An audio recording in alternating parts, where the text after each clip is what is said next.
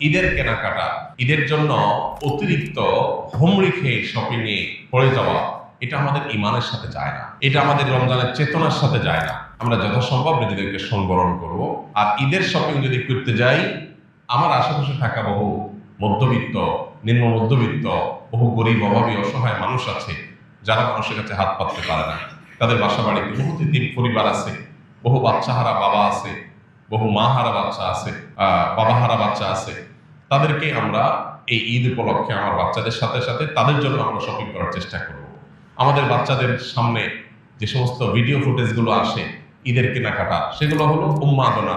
বিশাল budget নিয়ে গেছে, এই সবটুকু আমার, সব টাকা দিয়ে আমি কিনবো, যা খুশি তা করবো। এগুলো মনুষ্যত্ব নয়, এগুলো কোনো কোনো ক্ষেত্রে পশুত্ব। মনুষ্যত্ব হলো যে আমি আমার ঈদের বাজেট দিয়ে এটা কিনবো আমার জন্য, এটা কিনবো আমার প্রতিবেশীর জন্য, এটা কিনবো আমার গরিব বন্ধুটার জন্য, এটা কিনবো আমি আমার অমুক আত্মীয়ের জন্য। সবাইকে আমার ঈদের আনন্দের সামিল করার চেষ্টা করব।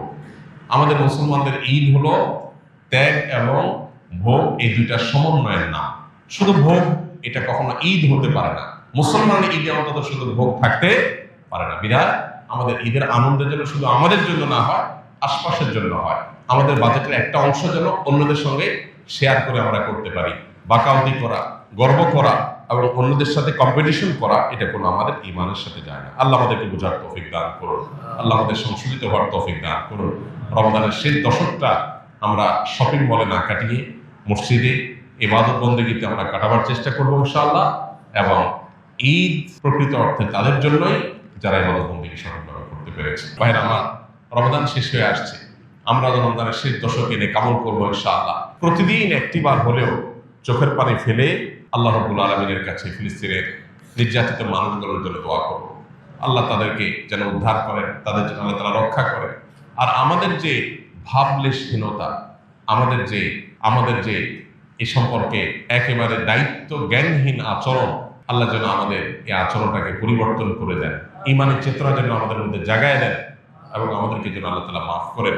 আমাদের ভাই বোনদেরকে যেন আল্লাহ তাআলা সান্ত্বনা নসিব করেন, তাদের কষ্টকে আল্লাহ যেন দূর করে দেন, তাদের মৃতদেরকে আল্লাহ শহীদ হিসাবে কবুল করে নেন, তাদের জীবিতদেরকে আল্লাহ তাআলা শক্তি সামর্থ্য দান করেন, মুসলিম শাসকদের ঈমানের শক্তি আল্লাহ তাআলা শানিত করে দেন, তাদের ঈমানের দায়িত্ব পালন করার তৌফিক দান করুন। এমনকি অমুসলিমদের মধ্যে মানবিক মূল্যবোধকে আল্লাহ তাআলা জাগ্রত করে দেন, তারা যেন এই বিশ্বের ইতিহাসের সবচেয়ে বর্বরচিত অমানবিক আচরণের বিরুদ্ধে লড়াই করতে পারেন। এই বিশ্বের একজন বাসিন্দা হিসাবে আমাদের লজ্জা হওয়া উচিত।